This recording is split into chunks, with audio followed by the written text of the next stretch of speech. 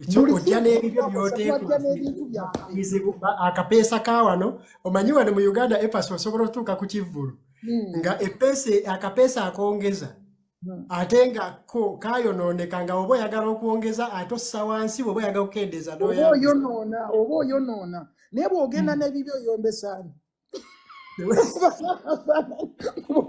bw'ogamba omanyi nzize ne mayiki yange okuyimba wano mayiki yo bwegaana onenya ggwe ate nga tulina ekizibu ekyo ekyokulowooza nti ebintu bwe biga we always look for someone to blame nze sinoonya muntu gwe nnyinza blaminga kasiri abayimbi batiitiizi ate nakyogerako dda I even said it before njagala ogende weetegereze interview gye nakola yali ku Galaxy when I was talking about my concert and when I have it I will not have artists coming as backups.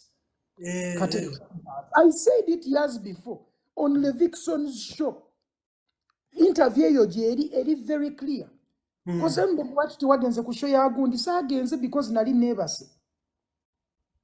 Teyampita omuyimbi kwogamba nandigenze ku show ye.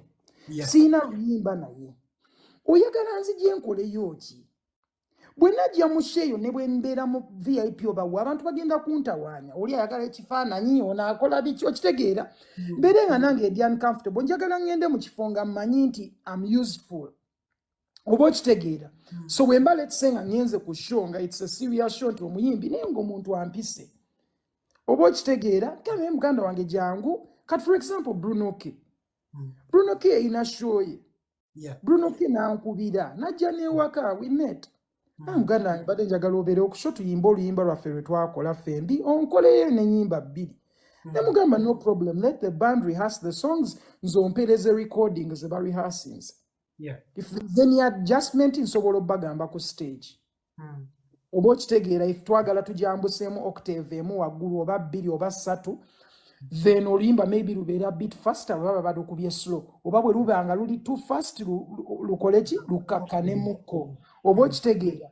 so communication yayogera nange nemugamba no problem neŋŋendera ne mu supporting oba okitegeera oba show yakwata oba teyakwata that's nze kinnuma by the way okulaba nga friend wange maybe show ye teyakoze nga bwe twabadde twagala ffena tuba twagala abayimbi ebintu yabiveeyo bulungi naye tebisobola vaayo bulungi ng'omaketinze show week 3 nga lihaso okoze wiiki emu. Let us be honest. You reap what you sow. You reap what you sow. Gwe tosobola kugamba mbu ate ogenda kuteekamu kintu. The time you put in, nze nkubuulira amazima, it will always show. Something circumstances ziyinza oba ennungi, Mukama n'akuyamba. Ne kikola nga totaddemu nnyo budde. Naye ekintu ky'otaddemu obudde kirala. Ate era y'ensonga lwaki abamu bwe kijja bayi justika kisa boddamu bayita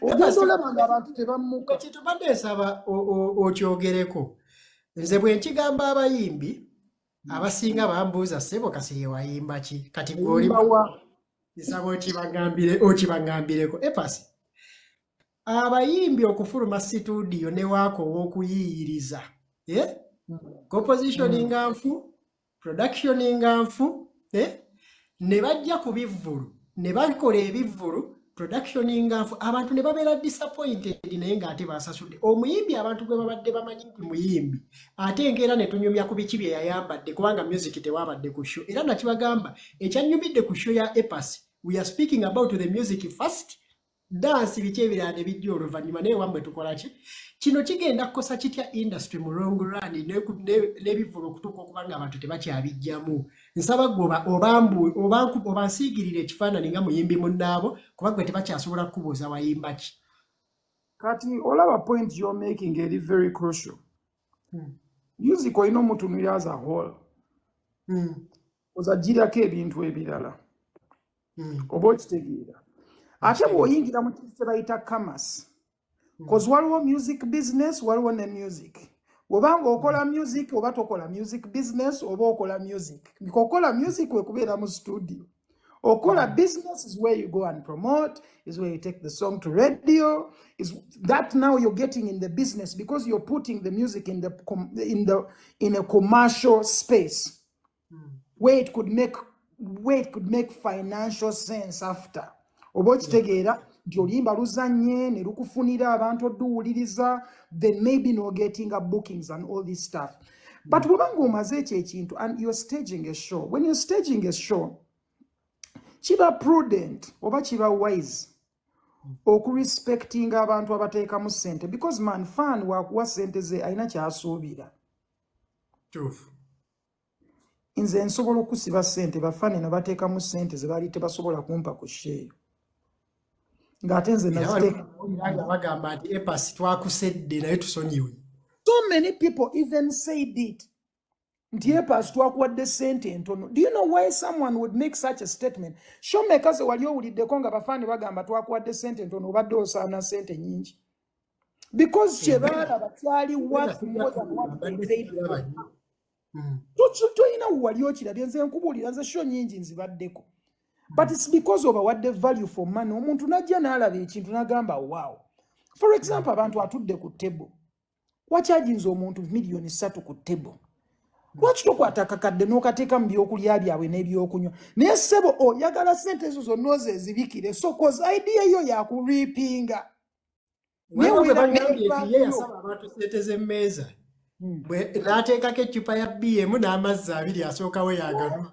Nati byebyo ebintu kati you imagine abantu bali 8. Obagyeko ssente miliyoni 3 ofiirwaki okuggyako emitwalo 7 oba 8 oba akakadde.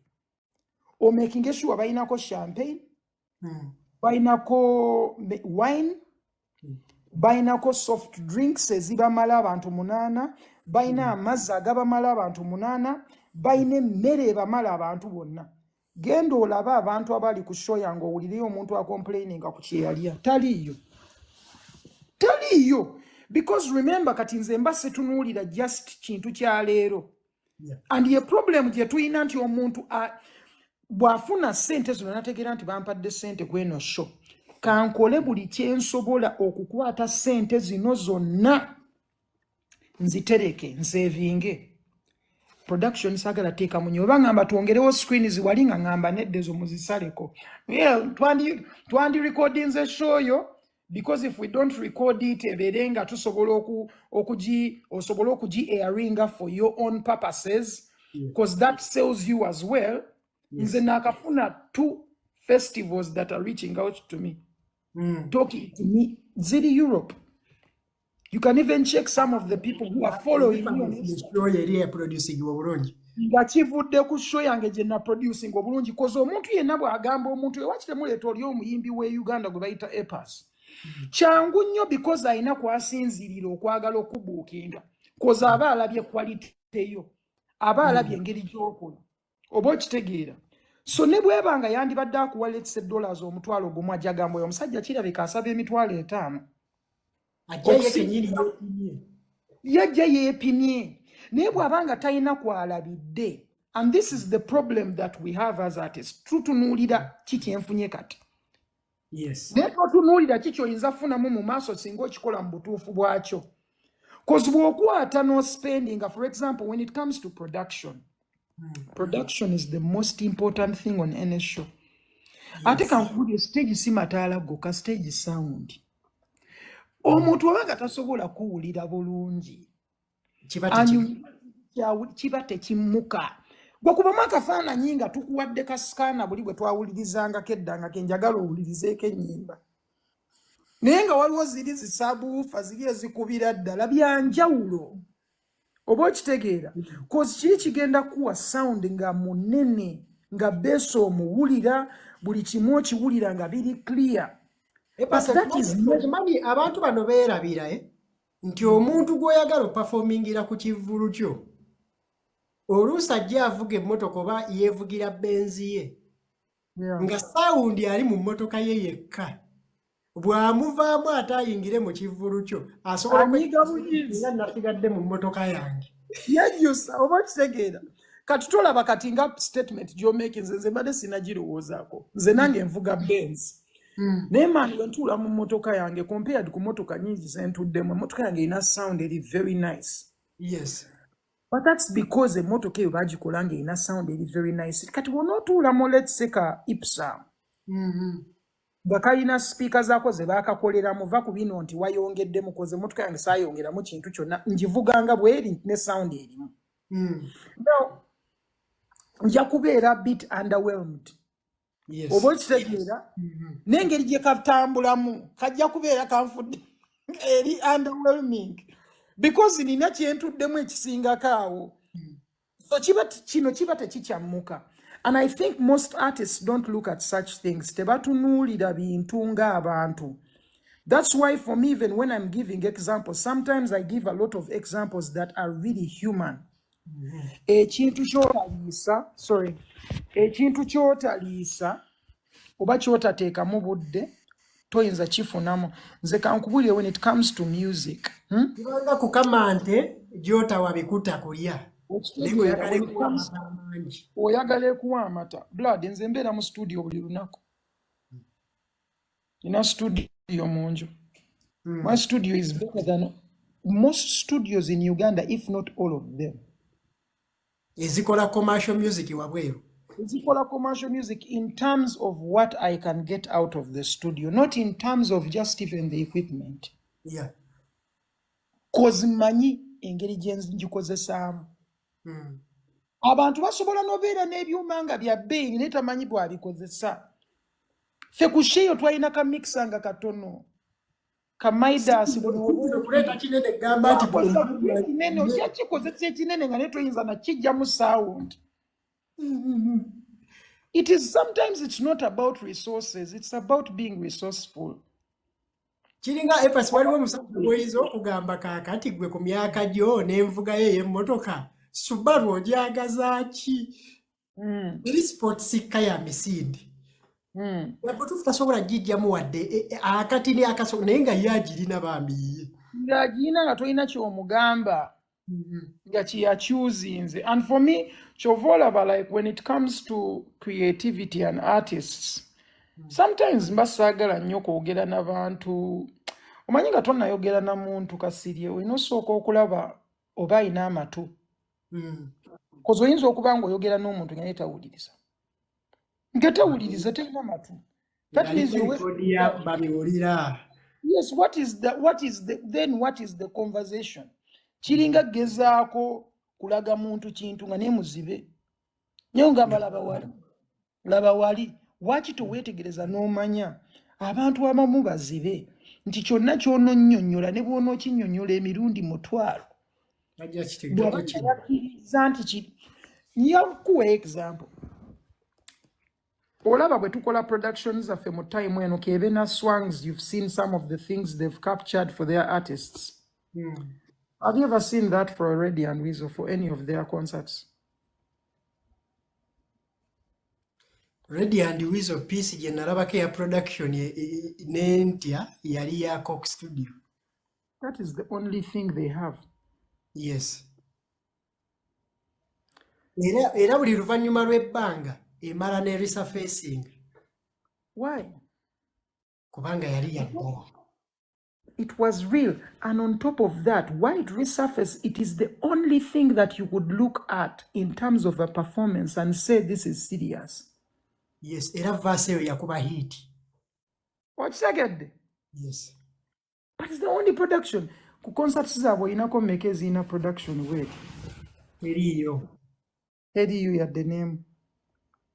Era luli nali ngamba promoter w'ekivulu kya Memories of Good Life. Ne mugamba wa producing a Memories of Good Life etacapturinga memory yonna. You capture no memory.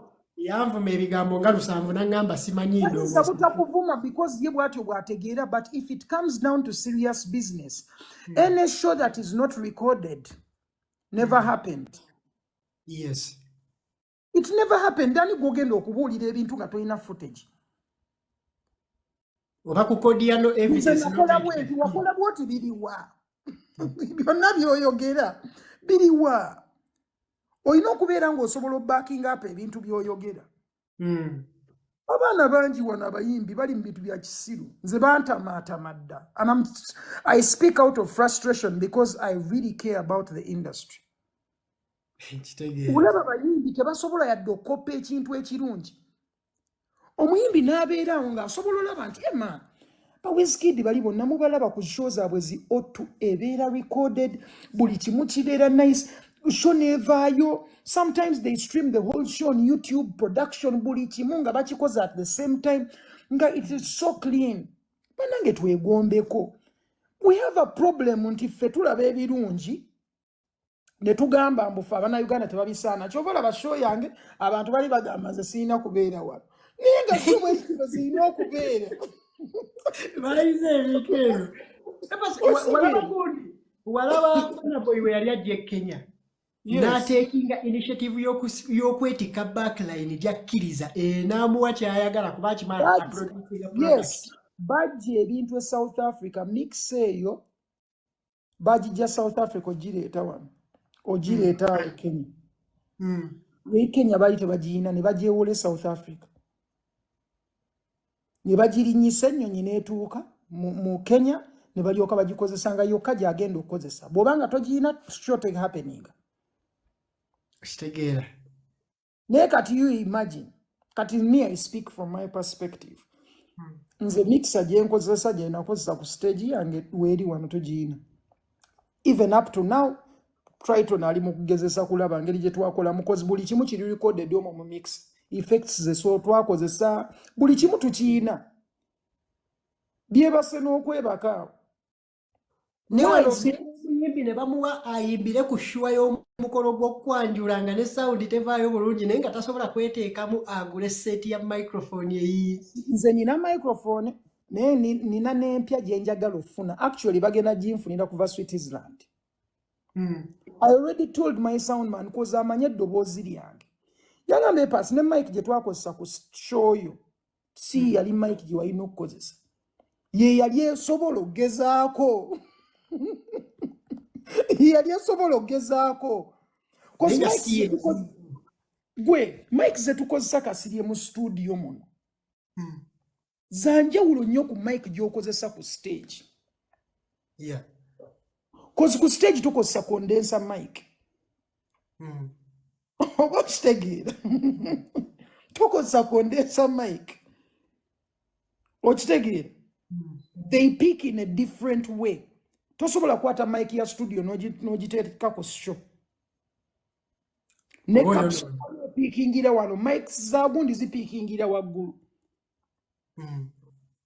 okitegeera ko ziri dynamic waliwo wano ataddewo gundi mbadde saagala byogera omanye genda wala nnyo mu mics but I mean like when you see a dynamic mic zirimu bwe zityo naye balina okuwa mic ng'ekwatagana n'eddoboozi lyo kati for example nze eddoboozi lyange teriri very strong enyimba ezimu nziyimba ndi mukkakamu ne bw'owulira tuli ku bigere jala get tipsy offer NSA Messi Pepsi alatadema siyimba nga mboggoka so omuntu bwe mbeera nga nina mic ng'esobola okugjayo ekyo ekintu ng'ekibiifinga nga bwe tukyagala nti singa kiyita mu mixer kisobola ovaayo obulungi kiyamba nze that simply means kiyamba nze because kiyamba omulimu gwange okuvaayo obulungi naw kati byebyo ebintu so nze I would rather bwe mba nina akasente the first thing ng'oli muyimbi ali serious invest in yourself you are the first investment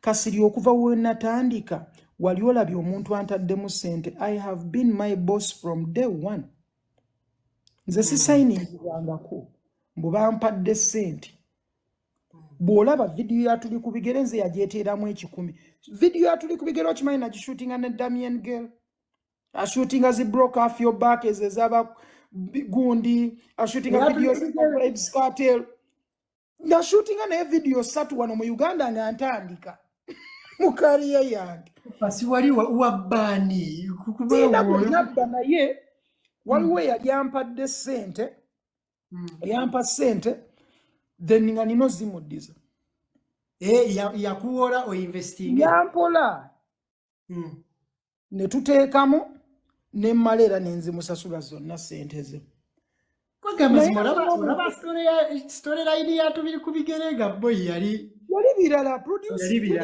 kati yali munna Uganda yashootinga mu so high na shootinga tuli kubigere na shootinga n'oluyimba olulala bayita you been seen ne tuli kubigere lwe lwakyaka because lwali lw'amaanyi nnyo so ziri zaabulira naye nazo baazishooting era zirina video. Now omuntu eyaleeta omuyimbi oyo producer yali ate Sudiman. Ko Sudiman yali aleetanga abayimbi yaleetanga kuba busy signal yaleeta ku baani kati oyo omuyimbi yali ajja n'omuyimbi wano oyo producer yajja n'omuyimbi. So nomanya nti kakati producer video aba waali nga asobola okumwafo. Let's shoot, yes. Let's pay and let's shoot videos. We shot 3 videos in 2 days. 3 videos in 2 days. Naye kino ngenda kikoonako kati ne kuba sigwe mulala kigenda kirwako. Nina okukkiriza nti omu ku bantu betuta exploitinga bulungi mu industry yaffe wano. Ndowooza Sudiman yo tetwamu exploiting. Tetumanyi kukozesa bulungi bantu mu industry yaffe. Oba yakita buti because with Sudi the thing is that I think he got tired. Yes, because yali akiteekamu. Natunulira ebintu Sudiman yaleta Burna Boy wano lwasooka if we remember very clearly. If you remember like some of these things like yali futuristic waliwo ebintu bye yali amanyi oyo guy. Nze weetira Sudiman wano Apass. Sudiman alina collabo ze yafunira Enotiga ng'akyali mupya naye n'amusetingira foundation ng'alinga akola ku sita abaddewo ebbanga. Exactly. Bw'obanga ojjukira bulungi actually that whole era kati ngaffe twawulizanga music oyo oba okitegeera so you appreciate nti yalina ebintu by'amanyi ate yakonectinganga nnyo n'abo abayimbi so he knew how to get them here. He knew what they needed and all that stuff. So yakwasaganya nnyo ebintu mu angeeyo. But going back to natudde wali ku mulamu ekintu njagala ompisizeko mu kintu kino kuba ba artist kyemmanyi newankubadde bakooya okwogera nabo naye at least osobola okwogerako nabo abamu. Ba artist bafolooza waliwo essuubi lya mayindi yabo okushiftinga music batandika omulabanga global business tuleme okubamba nti tukolera boy next do naye nga tukolera at least ensi yonna. Waliwo waliko mu studio oba yali ya Kiss FM oba walina ani yakola statement n'agamba nti tosobola kusaasaanya tosobola kukwata nsi yonna n'oginyiga mu Uganda naye ate osobola okukwata Uganda n'ogisaasaanya ensi yonna. Abayimbi baffe mwe bali abalowoozaako we batyo nga mwe mulowooza nti kankole production etuuke n'okundeetera ku zi festivals ez'akabi mbe nga nkyasobola okuba nga ntunda content wange bw'atyo mu ngeri ng'etyo oba just ffe tulowooza kutundira kukuza boy next do. I don't think banja balowooza bwe bati ate ne bamenta baabwe kati nze nja kuwayo bamenta bange abamu beenyumyamu nabo ne tujokinga ne tusaagasaaga be Bashak Mayanja. Nze sibeera na buvubuka. Siru buli eyo mu ghetto mbu simanya nze ndi ghetto king. Because by'ekisiru. Weesibye ku bantu abategeera na kusinga. Kati bo basobola kuimprovinga batya. Nze Shak Mayanja yajja ku show yange nga tunyumya nga tuseka even before nga atuuse n'afuna wagenda otuula. Shak Mayanja yali ku madaala wali wenyambukira stage. He would give me tips yangamba n'okujjako gundi earphone mu gundi mu in ears nsobola ofuna ambient sound as well ey'ekifo nga muno mwempulirira nga nyimbiramu emu. Bwe yalabanga enkyankalanyizaamu mooso mu nnyimba ezasooka 2. Omuntu nga Shak Mayanja bw'abanga mukwano gwo obanga muntu gw'omanyi ask him questions. These people are weebuuze singa we wafunamu okusumbuyibwa mu nnyimba 2 ezisooka eyali ku madaala gwe weesiga gw'owuliriza yali Kasiri eyandikugambye eki? Yanga tutabimanyi kategenda gamba okitegeera naye oli yali amanyi ebyo ebintu abirabye abadde ku shomeka nga sinaba na kuzaali. Omuntu oyo aba agenda kundaga ekkubo So kasiriye kankubulire problem je tuina wano, people have wrong mentors. Yeah. They look at the wrong people. The mentors are doing wrong things. Kati ate niye omusuubira agenda kuyiga ki? Oba okitegeera? Agenda kuyiga ki? Nze kyovula nave emakindi. Nina we natuuka ne ntegeera ne ngamba bano engeri abantu gye bakolamu ebintu byabwe kansooke nveeyo nzire entinda. Yes, makindi yali interesting mu kutandika kwange naye kanveeyo because now your environment shapes your understanding. Buli wabeera mu bantu nga balina engeri gye bategeeramu because you are what you eat. And what you eat is not only food, it is even the information. Ebiboozi bye mubeeramu by'owuliriza ne by'olaba. Okitegeera? By'olya is not just food. By'olya by'owuliriza, by'olaba, because bibuilding a perception yo. Bibuilding entegeera ye y'ensi. Ensi oba ogiraba ng'engeri gye bakufeedinzeemu. Bwe bakufeedinga Allah kuva buto nga bagamba Allah oba musiraamu. Bwe bakufeedinga Yesu kuva mu buto era oba mu Kristaayo. Because ky'omanya ate ojja kidefendinga n'obulamu bwo bwonna. That is the same thing bakufeedinga obusiru. Kyekimu nga bakufeedinga obusiru ng'ojja ku stage ng'ovuma baddijje. Because ky'omanyi. It's not that you're stupid, you do not know what to do or whatever, but your environment has shaped you to look at the world like that. Kati omuyimbi yeesanga ng'akola ebintu ebitasaanidde naye nga by'amanyi. Sometimes nga tosobola munenya. Oba okitegeera, omwana akulidde mu environment nga bawemula, maama we awemula, taata we awemula. Omwana oyo omusuubira okujja, let's say nga atandise okuyimba, ayingidde mu public domain. They know no better. Oba okitegeera, so they need good mentors. Asobola omugambako n'amugamba, muvubuka, I think wano oyokya. Oba okitegeera, omuyimbi oyo ategeera abeeko kyayiga, akyuseemu. Oba okitegeera, but ebiseera ebisinga kankubuulire abayimbi baffe tebakyusaamu olw'abantu be beesibako. Saako ze beeteekamu, saako etakuyamba kula. Teyina kyegattako. Oba okitegeera, nga bwe mbadde nkugamba kati, for example, Shak Mayanja, wali okimanyi Shak Mayanja yakuba beesi mu wuuyo? Mbadde sikimanyi. Naye ng'okimanyi Shak Mayanja yali tayingiranga mu studio for like 10 years until he had my song Wuyo. And he volunteered to come and produce for me and be part of the producers. He came. N'akubamu ne beats endala. Shak Mayanja amanyi okuba beat.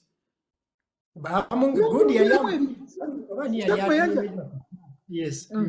Kuba mumanyi abantu abasinga naye Guy yajja n'akola rubber-dub version. Nina versions bbiri ezawuwe.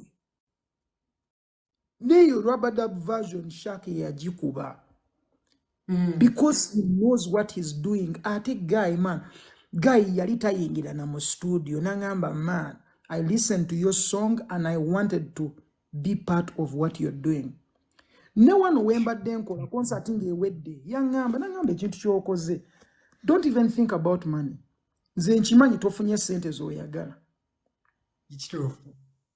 Tofunye sente z'oyagala. Naye okoze bulungi. This is a starting point. Era teweerabanga omuntu atalina kyakoze because ky'okoze okoze ekintu ffe kye tutasobola kukola mu kutandika kwaffe. Twatoba nnyo okusobola okukola anything. Nali nkinnyonnyola omukadde Katamba naye nga takitegeera ne mugasho ya Apass ya producing a product gyagenda okusigala nga atunda even in the future. Teyakola product nti mugirye leero ekole ki? Ne mugamba kati kakuwa ekyokulabirako oluyimba lwa running to you olwa bamuyita Chike oba ne Simi. Oluyimba olwo bukyantandika dduulira sirabanga ku video ya leero eri official. Video gyendaba yali performance baali oba ku festival. Naye eri performance bagikola nti enyuma nti bwe mmala okugiraba neerabira n'okwerabira nti video sigikola ki? Sigirabanga. Kati kyekitu Apass kye yali akola kye yali aproducing naye ng'omukadde Katamba kimugamba nga takitegeera era ne mugamba Point Black ne mugamba omukadde Katamba obuzibu bwe tuyina mmwe abali eno mwagala okuwabula abali eno ku birina okukolebwa naye nga muganye no seseetukako okujja wano at least mulingirizeeko ku kiki kye bagezaako okukola musobole okumanya ze tumanyi nakati nga twazitegeera lwa production ya performance zaazo nga zetwalaba nga tetwalaba nnyimba nga zo ningi ate waliwo nezikusurprising kati nze one of the songs that got a reception I couldn't believe was Babylon Boy. Uyimba nali simanyi nti abantu balwagala bwe batyo nga gwe tewalufaako terwatambula nnyo shooting na video luliyo mu 2015 naye lwakuba nze ndwagala ate taata wange is his best song of my career. So nali noduyimba ku concert because taata wange yaliwo mu audience. Oba okitegeera yaliwo mu audience so na making sure nti noduyimba ate nange ndwagala ng'omuntu. But kiri shocking nnyo sometimes enyimba ezimu zikusurprisinga oba n'ebirowoozo by'abantu abamu bikusurprisinga. Olaba going back to Shaka bwe twamaliriza show kyembadde nkugamba yaŋŋamba Apass make sure enyimba ozitalumu ku lumu totashoyo kati agamagezi sinze yali agayina agamagezi Shaka yagamba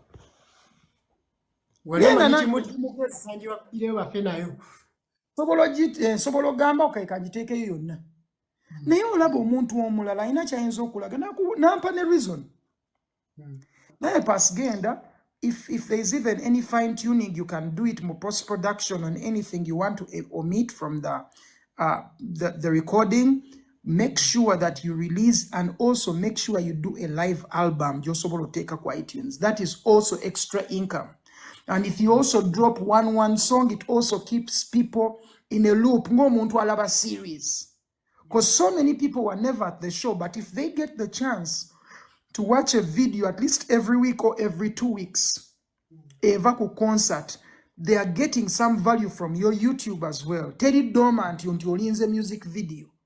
Or even when you look at majority of these big artists, and when he said it, I went and checked artists. Katinga Wola Baba, Ba Weekend, shows of no singers bakola bateka yo limba lumo babiri ku concert eyo nateka yo limba ne aluteka yo individually. Aluteka yo individually olulabenga dwo. Tagenda teka yo concert yo nene concert yo na remember elimu probably maybe 2 hours or 1 hour and a half. Obo kitegera so abakuwadde chance okulaba luno oluyimba individual oluwo obudde koza abantu tebakyalina listening span gye bayina edda ennaku zino abantu kat for example my favorite song at the moment and it's not really my favorite just because I'm saying it, the new song by Joshua Baraka, Wrong Places. Oluyimba okimanyi nti abantu balukoze challenge wano ku TikTok naye tebalumanyi lwonna. Abasinga tebalumanyi lwonna. Kusibako sente bawera abantu 99.9 have not listened to the whole song, they've not downloaded it, tebanaluwuliriza. Eri abantu abawulira eddakiika emu yasooka okufuluma. Apass, eri abantu abawulira eddakiika emu yasooka okufuluma nga tebamanyi nti n'olulamba lwafulumye. Era nga bagenda kukomawo. They have no idea. Yes. Nenze lwe luyimba lwe nasembye downloading for my iTunes. Why? It's because it's a beautiful song. Well produced. Tuve mbino ebintu kwe kankubulire tuyina ekizibu wano tuyina ennugu. Omuntu alaba omuntu akoze ekintu ekirungi siimako. Nze njalaba Joshua Baraka ng'akoze oluyimba olungi nina okusiima. Njadwogerako because it's a nice song. Kabe Elijah ng'akoze oluyimba olw'ettabu. Nze Elijah nange we meet sometimes. Nanzanyira ennyimba ezisinga ezo ze muwulira nga tezinnabafuluma. N'akuzanyira mulaga mani nina tune eno girowoozaako kyo kitegeera. Because fena tuli bawandiisi so tweyisaamu eggaali fena tuli ba producer kati tunulira mu nnyimba n'ogamba olwo lwa ttabu okino kya ttabu. Kabe Maurice Kiria. Album Zinyimba Ziyakafulumye has just dropped like a project here recently. Obochitegera. But ye muntu ajja we meet, we listen to the music with no ego. Obochitegera. Kwenyumirwa na kwewabula. Kwenyumirwa na kwewabula. Man, ango jirowoozaako kinti man, I think it's a good composition kino wakikoze otya kino wakikoze otya. I feel like tulina okubeera ne humbleness okusobola okuyigira ku bantu abalala, because teri muyimbi asobola kubeera nga yeye inspiring. Nalabye omuyimbi gwe bayita Alkaline bamubuuziza which people have inspired you, n'agamba my fans. Are you stupid? Your fans were not there when you were starting music. Fan kye yaku inspiring, you get amazima kuba ye yasooka funa abafans nga tannayimba. Kirabika asooka afuna abafans nga tannayimba, because it doesn't make sense. Tebula ali yewandiikako mu maaso bwe buno obuvubuka bw'obadde ogaba otasiiba nabwo obwa ghetto bwe buba bukwerimbalimba. Kati waliwo n'omuvubuka gwe nalaba, because I was talking saying that no one comes close to me in dancehall. Namulaba oyo omwana muto n'agenda n'akola vidiyo ng'ataddeyo ng'ayimba ng'abantu bamukubira enduulu. Abantu bajja kukubira enduulu naye tosobola kwenkana wano. Abantu okukubira enduulu tekitegeeza nti bakwagala nnyo. Kituufu. And this is the problem people have. Don't confuse social media fame for having a fan base. You have people, you are likable. You could be likable. It does not translate nti abantu bajja kujja basasule sente bakulabe. Ate ebintu abantu batabala. Concert yange yali mu mwezi Kisebe.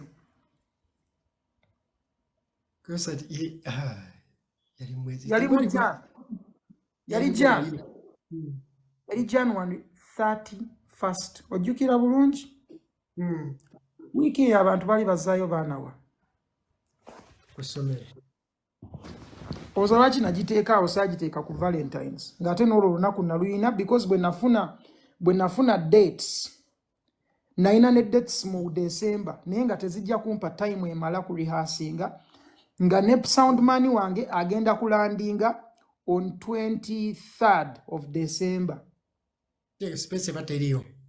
Tewaliwo space, cause ne bwe nandigifunye kyali tekijja making a sense, because omuntu yalina okukola production yange yali tasobola beerawo. So ne tulonda olunaku oluzibu. Ekyo nkikusibako sente. It's a few people who can pick a date nga nzibu. It's because you have a fan base. Si kukubira ndula bafani bange beba nabo batwala abaana ku ssomero ajja ku making sure bajja bukola nti nja kujja ku sheeyo nti ngenda kugula table nti ngenda sasula emitwalo gyange 15 ngenda sasula emitwalo gyange 12 for an early bird ticket. Nzije oba kitegeera. Why? Is because you've built a fan base. Chobadde oyogerako nga ndiwa nga ndaba before I even came on. Catalog jenzize nkola tesinika mannyo. And actually this is what most people don't understand. No muntu akulaba nga maybe toyina luyimba lupya. Aba alowooza mwenkana kati nga bano abayimbi abato. Baba bamanyi mukola ki? Muli mu weight yemu. Naye kati eno heavy weight. Because for example, chiringanze kwe comparing when tandiko kwe comparing in terms of catalog, manjo gera na baka million. O baba Bebe Cool, o baba Bobby Wine. Why? It's because bwotunula mu myaka gyonna nzizeni in 10 years. Boba ine myaka abiri. Yes. But in 10 years, I have 4 albums. As a young artist, ngezako kulaga because for me I'm not from their generation. So sisobola beka nikako. Because generation yabwe endala nnyo. Naye for my generation, how many artists have more than 4 albums? Kizibu omwana asobola okubeera wawo ng'alina akayimba ke kamu n'ekitundu. Abaana bakuba singles. Ate nga n'ennyimba ezisinga eziri mu singles zizisa ku album. Chupa ku chupa namuteeka ku album ki? Teyali single nga yo. The single. And I never put it on an album. Gamululu remix eri ku album ki? No content. It's a single, it's just going out. Nenga there is even an opportunity oluteekeko because lukola ki? Lukyase. But an album is a different entity. Nyimba z'emyaka nga 3 bwe yamala.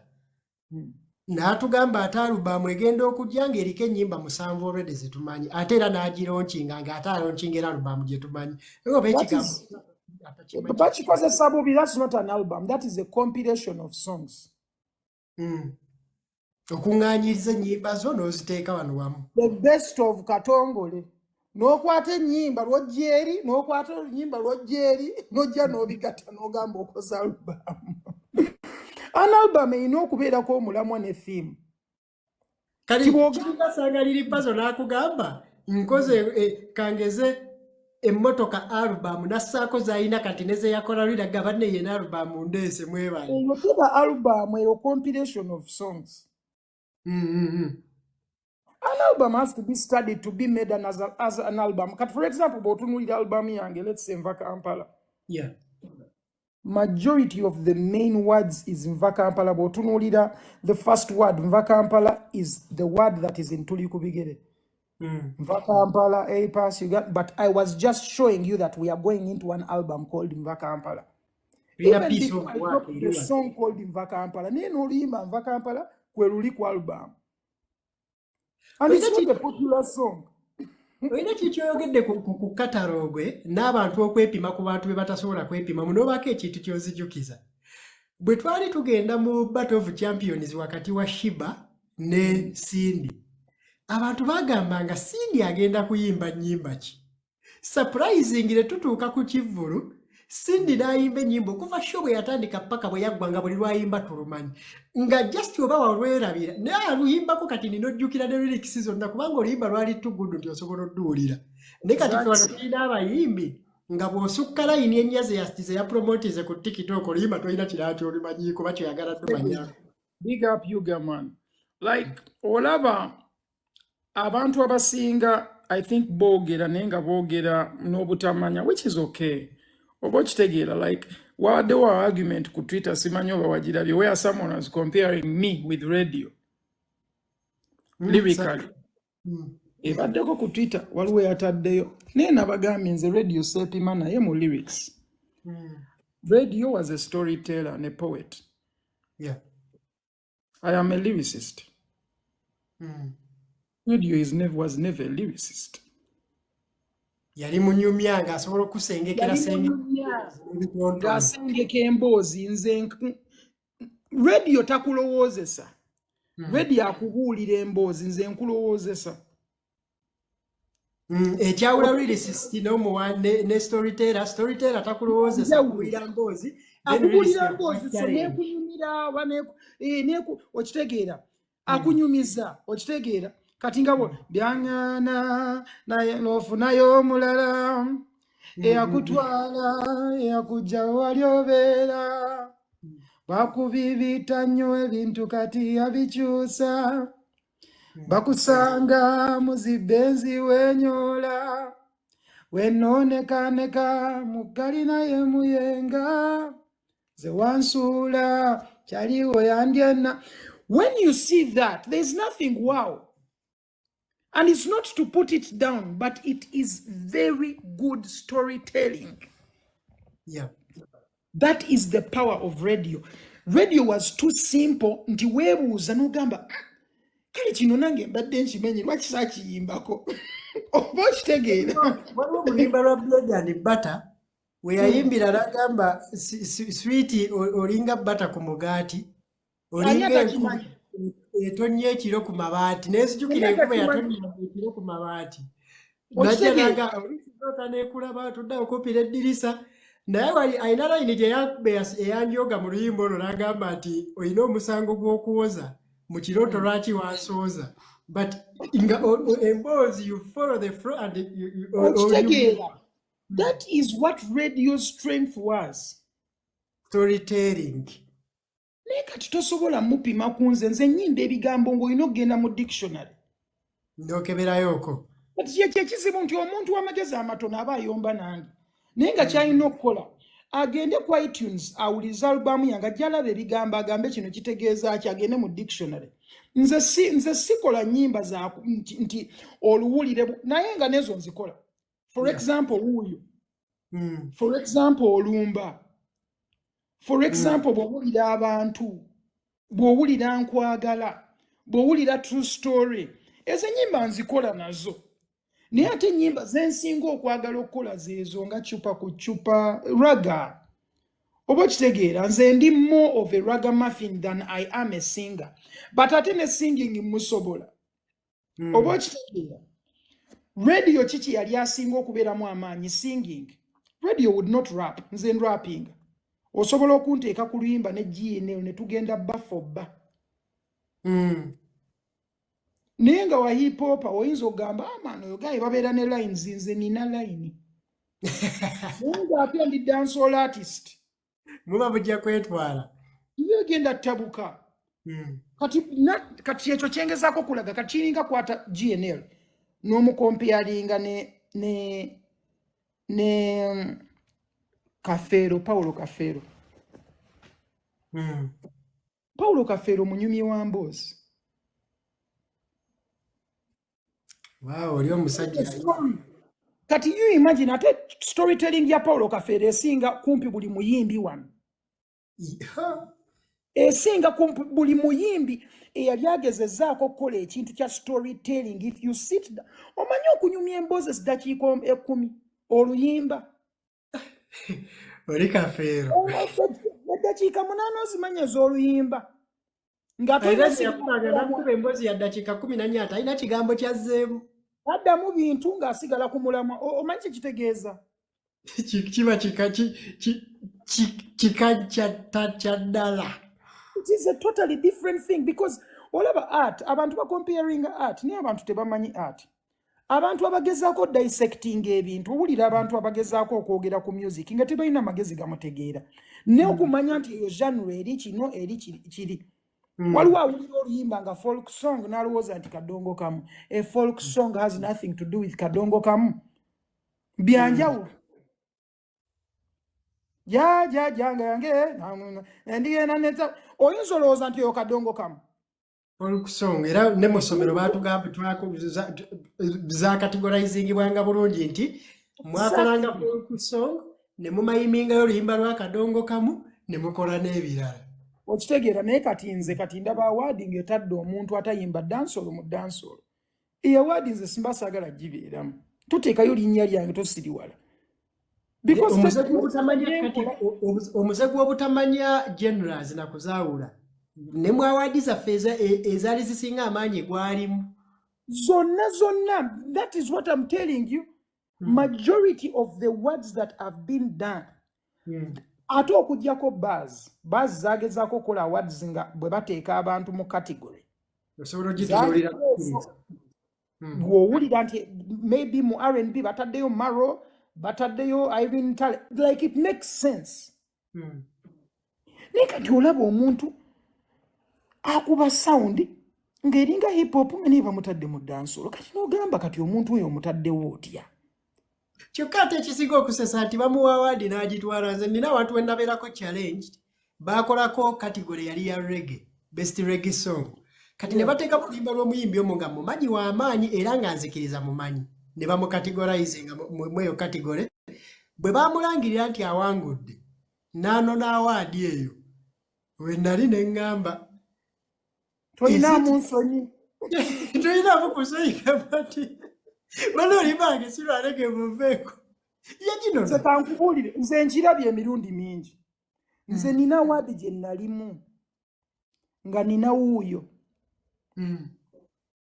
Nga Bebe Cool ayina Love You Everyday nga ffenna tuli mu reggae. Love You Everyday yali abaddeko ddi reggae. Love You Everyday is soft rock. Yeah. That is rock music. Bigenda oluwuliriza ongambe nti cause beats. Are you telling me that it's reggae? Sira reggae. It is not even close to reggae. Okuteeka Love You Everyday mu reggae, at least oteekamu Dipo Naziggala. Probably. Naye it doesn't make sense, but tuyina problem. Abantu bennyini abeefuula nti ebintu byaffe bino babitegeera tebabimanyi. Era chovola ba most of the times ngera we nagambye nga ntandika nze nga sinayogera na muntu nsooka ne neetegereza oba ayina amatu kozi nyinza okuba nga njogera n'omuntu nga kiggala nga sinnaba kulaga muntu wali nti tunula wali mba nyina okusooka n'enkebera oba ayina amaaso kozi bye mulaga ayinza okuba nga tabiraba nga talina maaso misplacement y'abantu mu bifo eri appalling bw'ogiraba like mu industry yaffe ate n'abayimbi bakyagala because for them they don't really care oba bamutaddewo oba bamutaddewa naye awards zandibadde zikwata abantu ne zibateeka mu rightful positions zaabwe omuntu wabanga akola hip hop muteeke mu hip hop even that award gye bakola for example if you sat down with a person like Dr. Brain was the Dr. Brain tanti as a songwriter. He's one of the best songwriters here.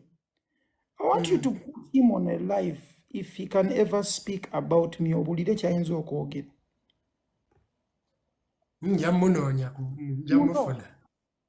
a good songwriter. Now, can we example?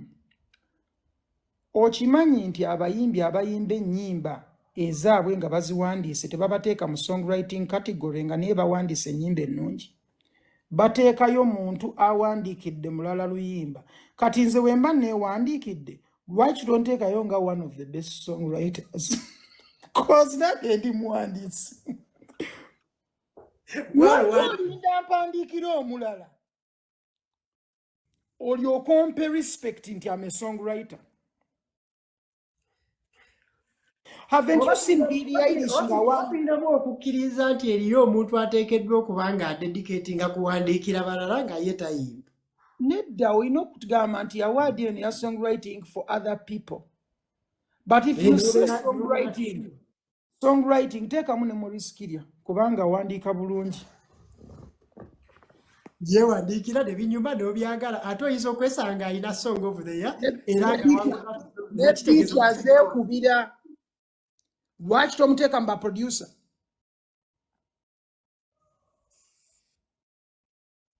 Lwaki tomuteekamu? Maybe people would want to say, for example, ng'abantu bandabye mu mpandiise, mpandiikiddeko Lillian Babazi, mpandiikidde Jackie, mpandiikidde ba Michael Ross. This is even in my beginning. Mpandiikidde Bebe, mpandiikidde Cindy. Mpandiikidde abayimbi bangi actually. Mpandiikiddeko Kenzo on one of his songs, Be Happy. Like I've supported so many people. Ne bwe nsanga omuntu mu studio nga waliwo wali stuck. I am always open to come if someone needs support nga wendi. I can even never ask for money. If I feel like there's something I can give you that can improve your song, I will not. Kaston sanga anga wendi. Nawuliramu nga kiri babadde ya shaka nti yawulira omudigido naga ndino contributing. Okitegeera. Now, when people look at us as creatives, I think bakoze amagezi amatono okukola category ezo because bamanyira ba songwriters bedda bawandikanga ennyimba nga naye tebayimba nnyo. So bamu classifying nga songwriter because bayite bamulabanga muyimbi bamulabanga songwriter. Naye nga ate kiri very important. Awards makers walaba radio nga wandika as a songwriter. Ze yawangulanga songwriter. Sijjukira ku muzemu award ya songwriting. Nyimba abantu bameka bali bamusinga okuwandiika. Ate nga yali awandika ogamba for himself. Because wano toyina kungamba if someone can make good music n'amuwandiika n'abeera mulungi n'amuteekayo n'akola lwaki oba tomuteeka mu category? We've seen artists like Billie Eilish. They win songwriter. But she sang the songs and I'm talking about Grammys. Nga muyimbi yalwandise. Muganda wenga yamukubidde beat. Nga yakuba beat naye ne bamuteekamu ate nga mu nnyimba ezimu ayimbye ne mu kuwandiika. they will give them that. Ne wano tulina ekizibu nti ebintu tubiraba kifuula nnenga abantu abali mu positions wali olabye omuntu fa balaba akapiira wali olabye omuntu ng'ali ku kisaawe nga naye alina kuba ku ntebe kati nga Hoyland wammaani oyo bamuteeka nnyo mu kisaawe naye ng'alina kuba ku bench mu kifo ky'omuzannyisa Hoyland ku striking ofundako teeka Magwaya mu striking ng'ate Magwaya defender naye Magwaya asobola ozannya position ya Hoyland n'amusinga ng'ate defender. That is how bad it is omuntu okulaga ekintu nti waliwo omuntu ali ku bench nga naye alina kuba mu kisaawe naye ng'ate waliwo omuntu ali mu kisaawe ng'ate alina kuba ku bench.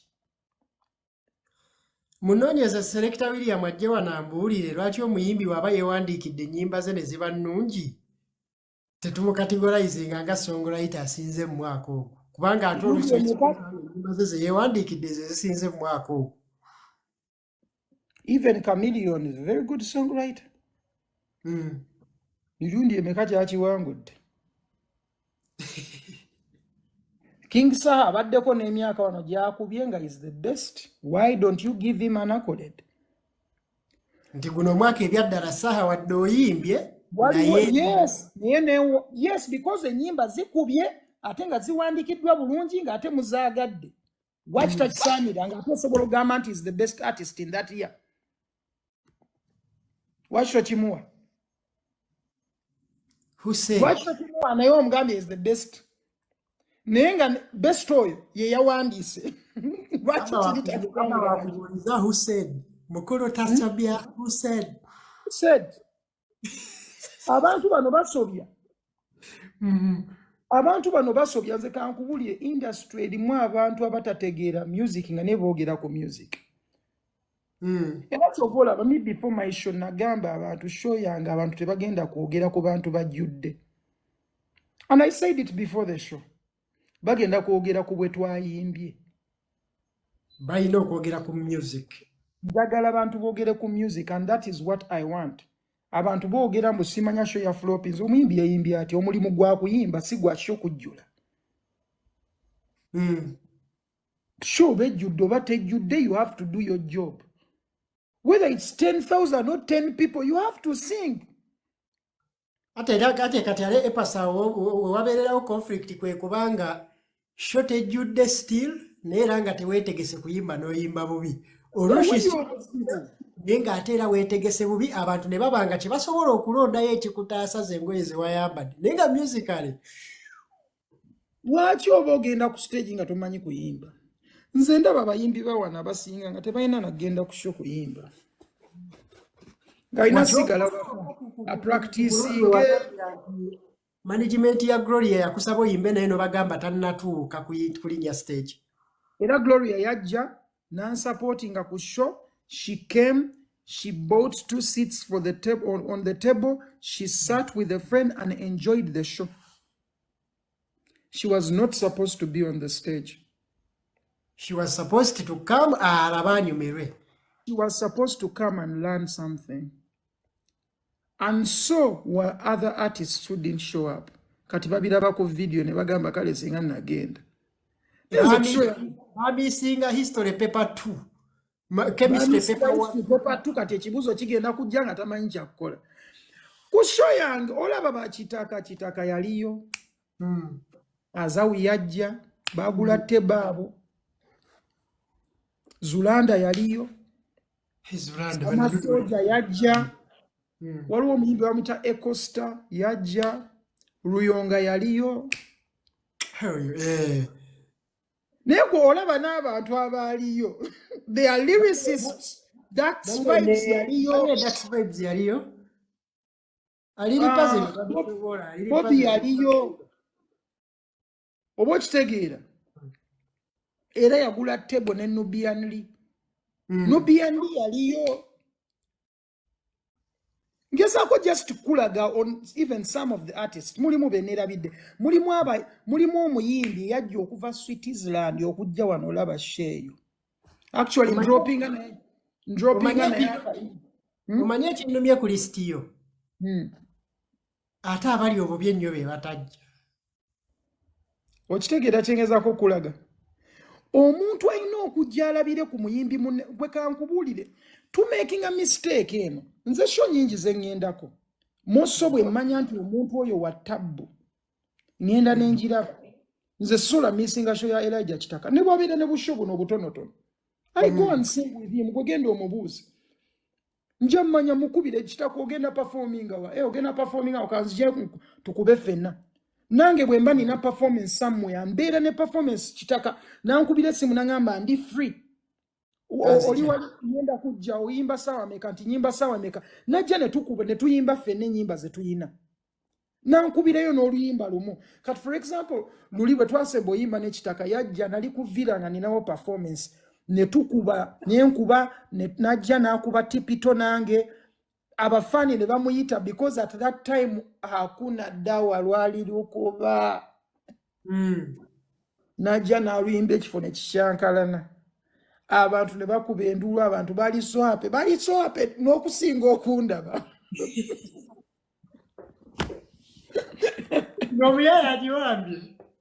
yagiwamba but it was right. Lwaki abatagiwamba? His song is big. Yeah. Abaine ekinene saawe.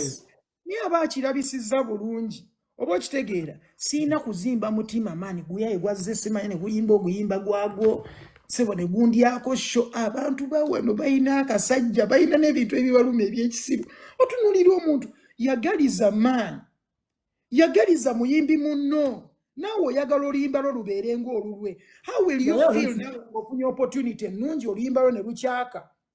Naye oluusi waliwo omuyimbi abangazze okutta muyimbi munne. Apass waliwo omuyimbi gw'omanyi nga bw'oba ozze ku show ye tolina kuyimba nnyo ate akole ki? Olina kuyimba nnyo. Nze sisobola nnenya muntu kuyimba nnyo. Remember eri brand ye. Kati ajje. Kasi there is the best way for you to work is to work at your best. Most song okola music wakabi nze tosisobola genda ku kintu kyonna nkwate mic. Ngera bwe nagambye people remember the last show. Yes.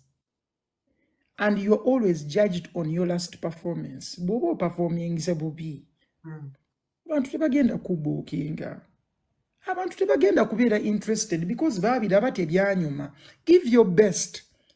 Why would you give half-ass energy? Kat for example nze Kitaka bw'abanga azze ku show yange mma njagala akube all his good songs. Kyengo ziyimbe zonna z'osobola bw'oba tuba tuyina slot ng'osobola zimixi ng'oyimba ennyimba zo 5 ng'ozinyize mu dakiika 6 ng'ova mu luno n'oyingira mu luli abantu ne bakuba enduulu ku buli lw'otaddeyo ne bakube kijja bakiyamba show yaffe. Nja ku example ku concert yange twakola concert yange mu Radio Week. I think it was Radio Week if I'm not mistaken. Ochimanyi nti in the middle of my set, after my reggae set, that whole set we dedicated it to Reddy and Weasel. Bakuba nyimba za Reddy and Weasel zokka ku concert yange makati ga show yange. Do you know why? Because of respect and love. Ate brother wange yali DJ wa Reddy and Weasel. So they actually brainstormed easily because ne mukyala wa radio omuzungu oli yaliwo ne Lilian yaliwo. Familia yale bakyala ba radio bonna waliwo bakutte nga bombi baaliwo ku show yange. Mukyala wa radio omuzungu yaliwo ku show yajja ne mukwano gwe. Then ne Lilian yaliwo ate remember yali performinga nange memories nga ina n'oluyimba lwagenda okuddamu performinga which also radio wrote. Ya performinga Danger? I think it was Vitamin. Yali Vitamin. Yes, I think. Akasinga okunyumira akayita Danger. Katabu. But okitegeera.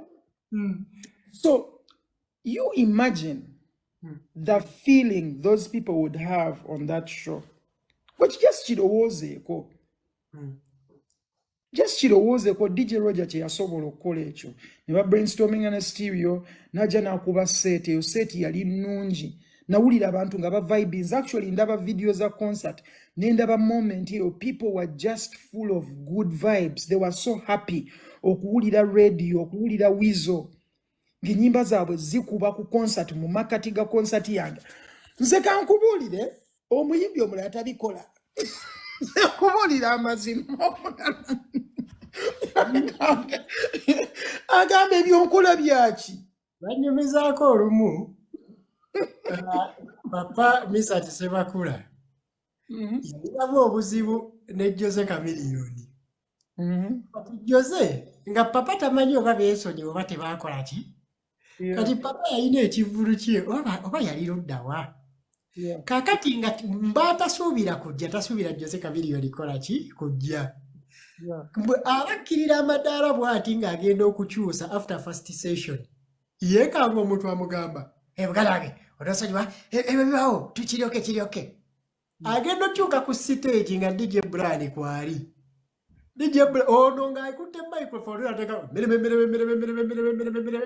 superstar yakuba olusooka audience n'egewuka n'akuba olwokubiri omukulu teyasobola kukyusa nadde emisinde kubanga yakimanya kagenda kiwanika eri kagireke embire kagenda keewanze nga ye akomyewo ebutagaza olwokusatu baluyimba aba kati tuyimbe babiri eyo muyimbi Apass ebyaddala ayinza okujja ku show ya munne n'akola ekintu nga mutuufu nindisho okugizakulemesa nkitegera kyoyogera because waliwo abayimbi abakola malisi ayagala just akijje agambe kati kino kamuwambe nenze ku concert z'abantu saagala yadde okuyimba ennyimba ezisukka mu bbiri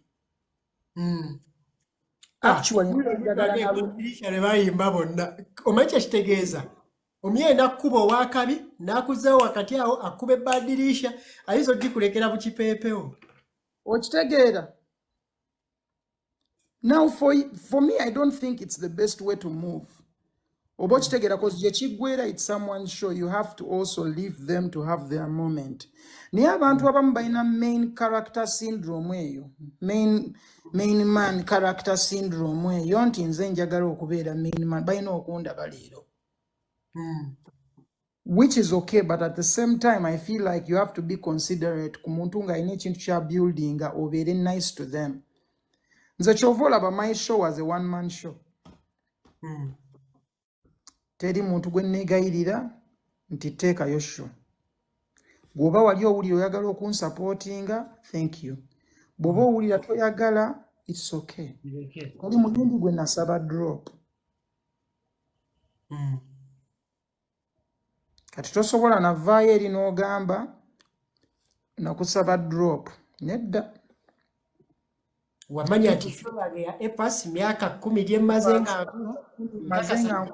n'abantu n'emikwano abasobola okutambuza ekintu kyange si byakwegayirira asobola ajja kunkolera atasobola akireke ate tetugenda kunyiigira tetulina budde bukunyiigira gw'ojja kulowooza nti twakunyiigira mu lwakuba tewanteekayo gwe tofaayo tekyetaagisa tonyiiga tozimba mutima kunsanga otandika okumbuzaabuza mbu shoyo yali nnungi nga tetewaliiyo tobuzaabuza just do your job as an artist olabe ebintu weekolemu omulimu because abantu bawana ennaku zino balina eyo individualism nze njagala mbeere nga nze gwe balaba but I think it's bad. I think we could grow a lot if we were working in teams. Olowooza lwaki some of us to meeting and tukola camps? Have you seen a camp we had nga mulimu nze, mulimu Joshua Baraka, mulimu Elijah Chitaka, yalimu ne ba producer. Yalimu ba producer, mwalimu ndetayo nayo bakyechampugula. Yes, mwalimu ba producer, mwalimu abayimbi abava Colombia, mwalimu abayimbi abava Switzerland, different artists from different places, above Jamaica. That blend, ne mugenda mu kifo kimu ne mu recording, anyumiddwa ku recording n'oli n'okola naye n'okola n'oli. I feel like tetulina kintu ekyo kya unity ate kyaliwo edda nti walabanga zi all stars ezaalingawo, walabanga ebintu bino ebya happeninga, those things brought unity in the industry. Ne bw'ozijjukirako bujjukizo olaba aba ayitawo ng'akukuta ne Moze Radio ne Lady Bantony, Cindy n'ayambuka ne Vampino ne Juliana. okitegeera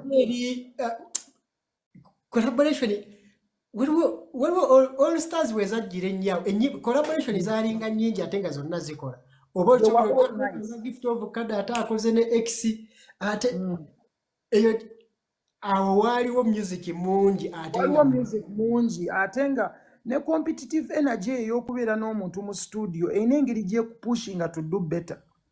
Rabadaba gundi ogamba nterembere serious. Gundi ayinza okundyako sho. So you actually the creative energy eyo ekuyingiramu osobole to do better because you're actually working with other people abakola ku level yewaggulu. Naye olaba kati mu era yaffe eno abantu baagala kukozesa bannaabwe. They don't want to do collaboration. Baagala kukozesa bannaabwe nti gundi yalina amasannyalaze kati ankole naye oluyimba. Naye tebakola nnyimba nti gundi njagala style ye naye bwe ndaba bwe nkola kino bwe tukiblendinga kijja vaayo bulungi. It's not on that wavelength. It is on the wavelength of using someone. N'abali mu production yali committed ti banene ngoma njikubye kampite Apass gyatuuzeeko mpite oba ebyo bizibu gyatuuseeko mpite abantu ab'enjawulo tu blending tulabe ekisobola okuvaamu tebikyalimu. Ebyo bizibu because if I think about something like that is difficult. Why? It's because kati nze osobola okumpita n'eŋŋaana. Because for example bwe ndaba nga abantu boogezaako gattagatta tekigatta kiyinza okummalamu amaanyi. Nze olaba kati bwe ntunuulira like let's say if I'm to do even an all star because I think about these things. I have a lot of beats. Oluusi nkirowoozaako. I've not found a perfect beat that I would look at and feel like so many of these people could blend on. Naye gwe omanyi abantu benyinza oteeka ku all star. Ngobaba akafaananyi nga ndaba Erayija, ndaba Azawe, ndaba Baraka, omanyi bwe kiyinza okubeera unique nga buli omu ayisaamu layini 8. Ne mu lukolo ng'oluyimba luli perfect mu buli ngeri. Ate tuleeta abayimbi bakulu. Erina kubeera abayimbi abali mu range yammwe nga ne bali bwe baakola n'abantu bali mu age yaabwe. Singa abantu bakimanyi collaborations ne all stars bwe za contributinga ku bungi bw'endongo mu era eyo. Kyayamba nnyo n'okubeera nga people are booked more. Ti omuntu asobola okulaba oluyimba ne lukyaka nnyo nga naye luliko Vampino n'afuna booking lwa luyimba olwo. Yes. Biboyo n'afuna booking lwa luyimba olwo. Beno n'afuna booking lwa luyimba olwo. Rabadaba newankubadde nti yalinayo 7 naye karakita ye ate Peter Miles n'abeerako n'akomawo nga legend naye ng'olaba kyakoze kyekyo. Oba okitegeera, so it builds the whole ecosystem ya music. Ne problem eriwo kati nja ku example, if I'm even doing an all star, one of the first people I would put on would even surprise you. Nsookako Bad Sparks. Bad Sparks? Yes. Nsobola n'okusoosaako Omani Rain. Bad Sparks mbadde simumanyi kamunootinge wano. Bw'onoomuwuliriza Bad Sparks ojja kutegeera nti abaana bakuba. Yes, I say it with the utmost respect because I know so many young artists who are really, really good. And it is not even a joke. It is not even a joke. They are really good. Just mbamanyi bye bayinza kyusa to even make it better. Nzenga bagonza. Mbanyi na change omugamba wano tukolewe tuti. But oba olabanga skill agina. Teyetaaga kubuulirira nnyo. Kola kino just kumugamba kyusamu spanner bwoti. Oba okitegeera naye nga tolina ky'omugamba mu kyalina kukola kozi kyalina okukola akimanyi. Oba okitegeera. There are so many young artists who are really, really good. Oba okitegeera tubayina. Naye sometimes tutunulira abantu abali commercially viable who are already working. Oluusi ne tubuusa amaaso abayimbi bano abato. Oba okitegeera, so you also have to big up to people like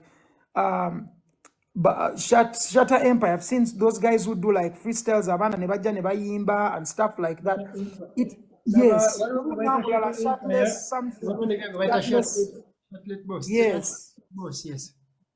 Yes. These guys are doing a good thing in the ghetto to give the artists visibility. Yes, mo discovery. Yes, Nola Bomimbi. Yeah. Noli were mentioning the Raja, Guna. Yeah, Guna. And actually, that's why I told you, like with Guna, I think he has to now focus because he got a breakthrough song, but it was like, it was a song in a song. Yes. Yes, he needs to now do his own original stuff because he has the ability. And I know an artist like that ayinza okuwulira obubinga nkyogedde but nze banjogera mazima siina kubo sijja kulimba. Toyina ky'osobola funa mu kukola covers in a sense. When you want to be seen as a formidable artist, kola ebintu nga biri fully you. Creating a music you. Oba okitegeera akulabenga gwe. Niyo muntu kati, for example, bw'akulaba nga your big song is like a song that we awulirako. Kiyinza obutakuyamba nnyo. Simanyi oba okitegeera. Abalabanga gwe nti asobola okukwata n'akuteeka mu kifaananyi ky'okuba nti oyoza nti ne bw'olikola ekikyo. Yes, it will be. Kizo muzibuwalira okujja wali kuba kati akupimira kwoli gwe wayoza. Akupimira oba okitegera kiringa muntu ng'ayimba mu bands ng'ayimba covers. Kiyinza omuzibuwalira transitioning to become as an independent solo artist. Because everyone is used to him singing other people's songs. They are not used to him singing his own songs. Apass. Iziza abantu ekintu. Ono omusajja omumanyi Saidi Soft omusoga? Yeah, I've seen him. Sometimes aba ayogera ku bintu bya music. Sometimes ajja ku gundi for you page yange. Saidi Soft omusoga ekimundeeseza ye nga producer atubuulire. Eyo mu studio gye babeera. Lwaki Orostar tezikyavaayo? Lwaki collaboration matchinga energy tezikyavaayo? Ne tuba nga tusobola obalansinga endongo gwe ssebo Saidi Soft. Yo, banaye muli mutya? Yo, teacher banange kiri kitya teacher. Yeah, live. Chechiriwo champion. Istede mwana. Buzibu naye nga takwagala. Ng'alaba oyimiridde mu sport ye. Okitegeera. Nga tayinza kunnyonnyola abantu. Nga takwagala. Talina ensonga nga teriiwo naye nga ye yagicreatinga yagimanyi mu bwongo bwe. Nti aha.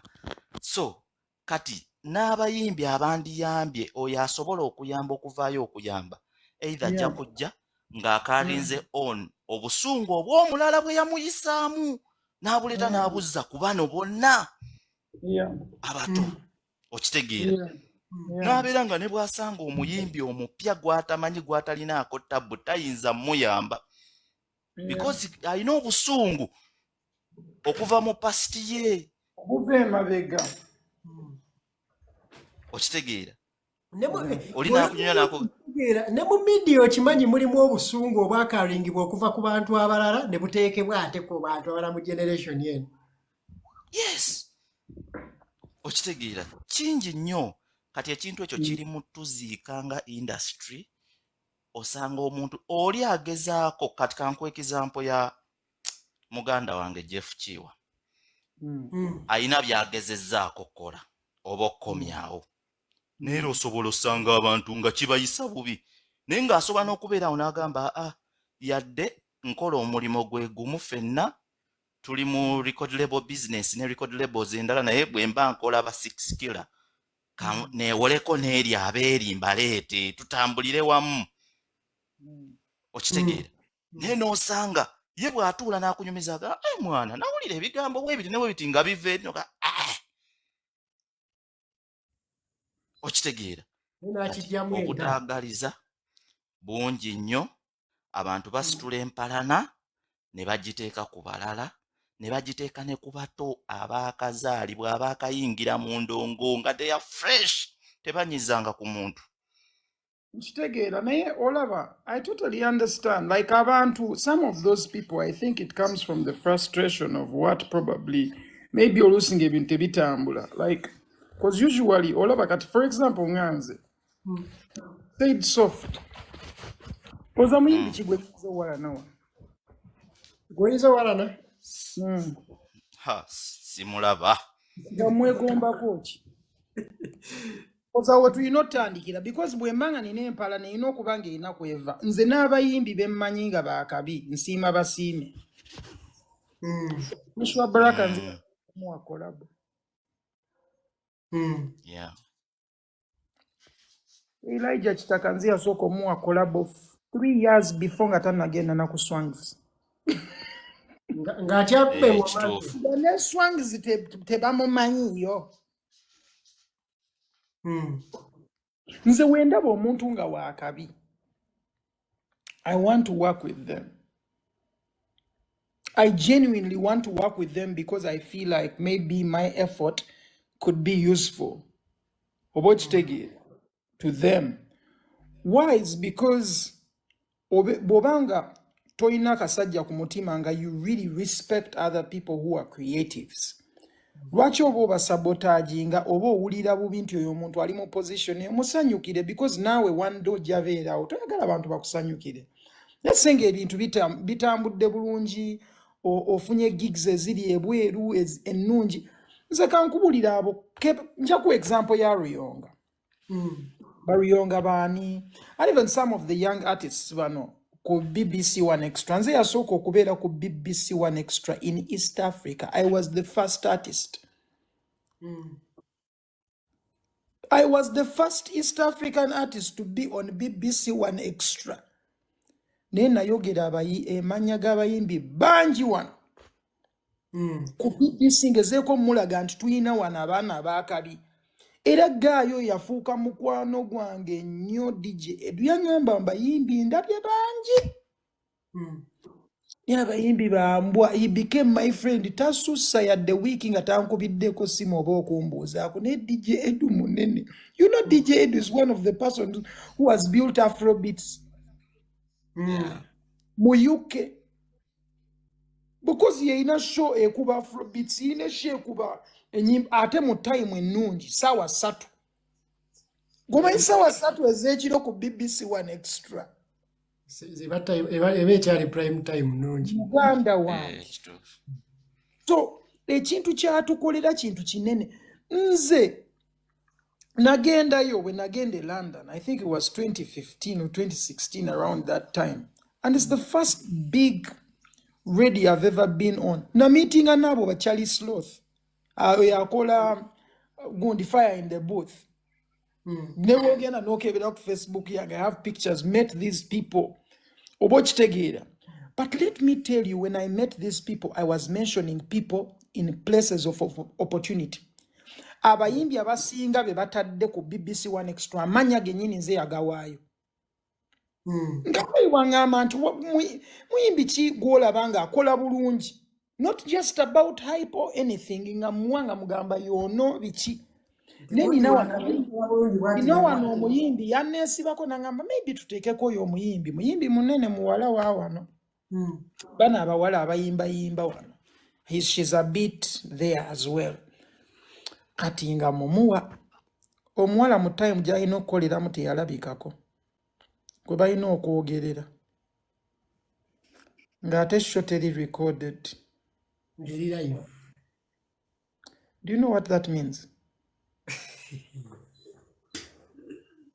Abantu ba wano bali ani serious. Nze kankubuli ekintu ekikyasinza otutawaanya wano. Kubeera ni serious.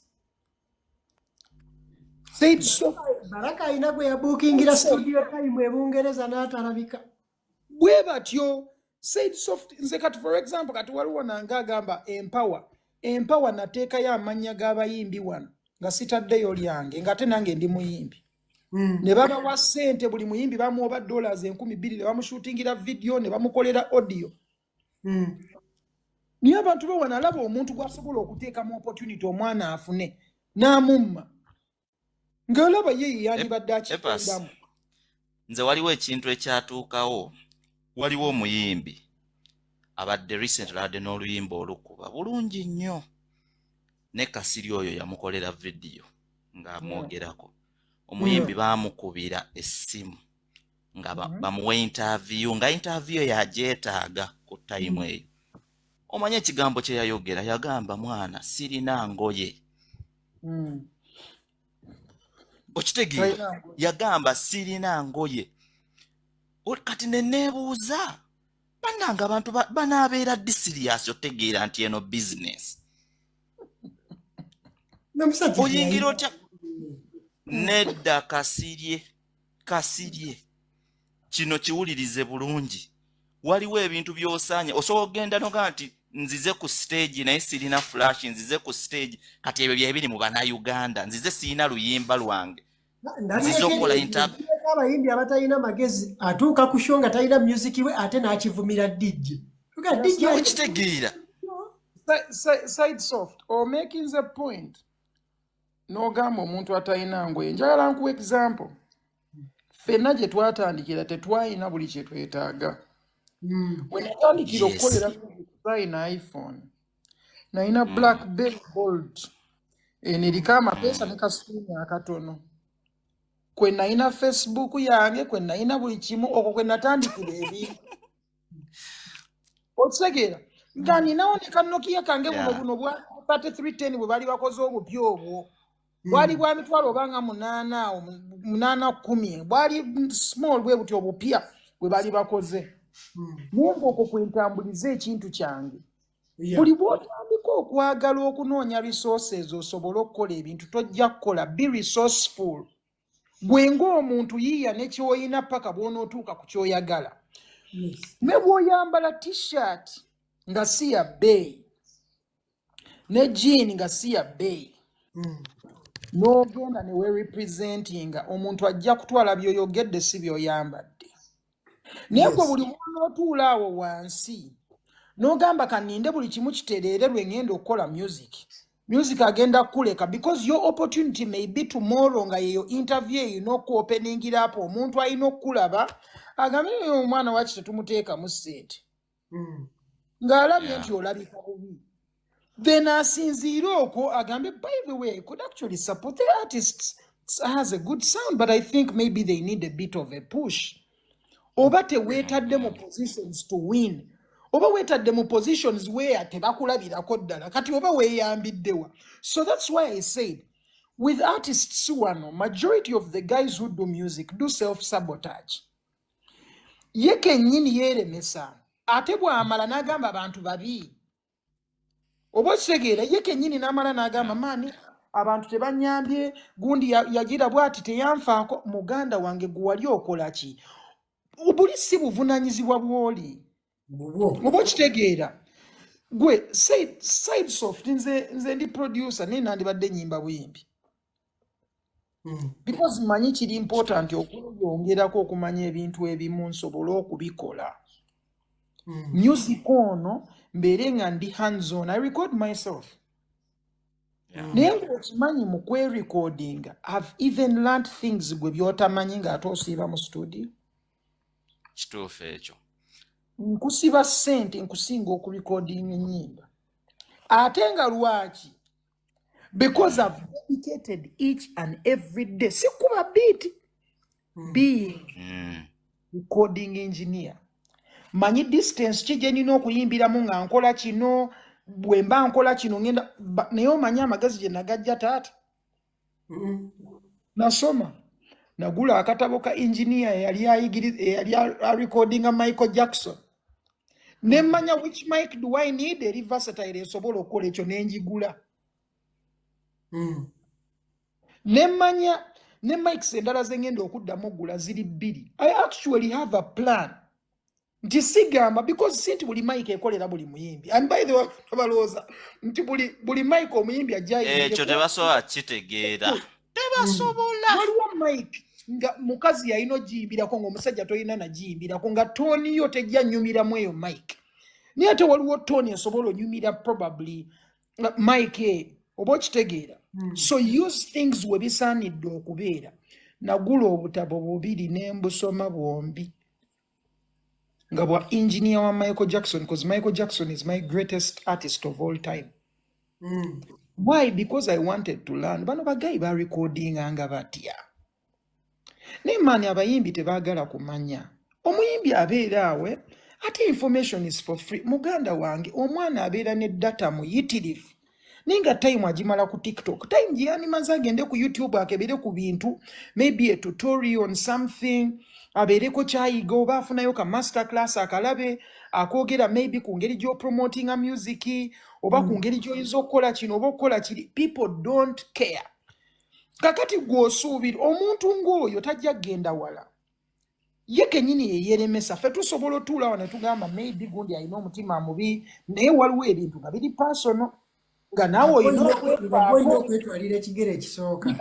Because for example nze nkugambye nze mbadde boss wange manager wange from day one ne sister wange okuva bwe natandika music ate nga music buli luyimba nze yetweteeramu ssente zange sibangako na manager nti manager oli yakwata ssente n'aziteeka mu music wange.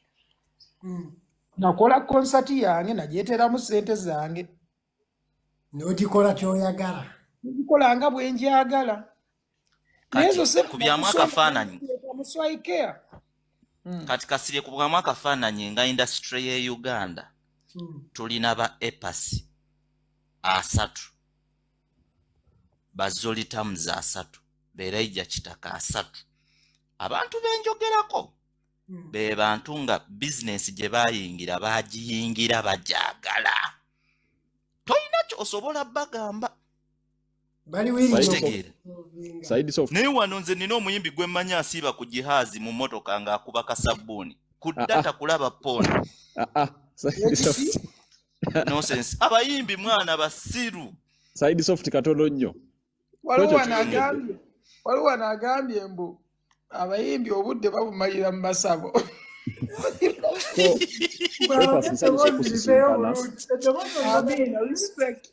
Kati kasirye njagala kuwa Apass bibulibye. Apass oyo. Apass omusajja oyo bamuyita Rokan David. Nasinkana Rokan David mu 2009 ng'ekitugatta Ndongo ku Platinum Avenue. Nga tulina ngero mwaka omutuufu 2016. 2016. 2016 ng'ekitugatta Ndongo era nga mutual friend waffe ali Selector William ne paka nakati tubadde nga mu Ndongo buli omu n'abaako waakola kiwaayitira okitegeera. Naye ye ebintu bya publishing ne production abeera ku YouTube eyo musajja wa Manchester United akola content ow'omupiira ow'oluzungu Ubade tubonaabona fembi bamuyita Rokan David mufaananya Endongo n'okubonaabonera Manchester United. Yes sir. Kati Apass kasidyenga Apass ono my first time to meet him yali akyali eri ewaone Apass ne tukuba ekiboozi kubala essaawa nga 5 paka budde kuziba. Kati naye nze kyenjagala okugamba ku Apass kiri kimu nti nze ekiri comment gye ntadde wano ya empower. nze yandisapprovinga nnyo nandaga nti there are people in this industry that really have good hearts okitegedde nalaba message kuba oyo Mr. Easy eyo message alina omuntu gwagiforwardingira era naye nga yewunya n'agamba mbuuza omuntu ku bayimbi ng'akimanyi empower ina abayimbi abaakabi nga he even knows the potential empower kyesobola omuteekako ng'omuyimbi nether list gyampadde temuliimu linnya lye okitegedde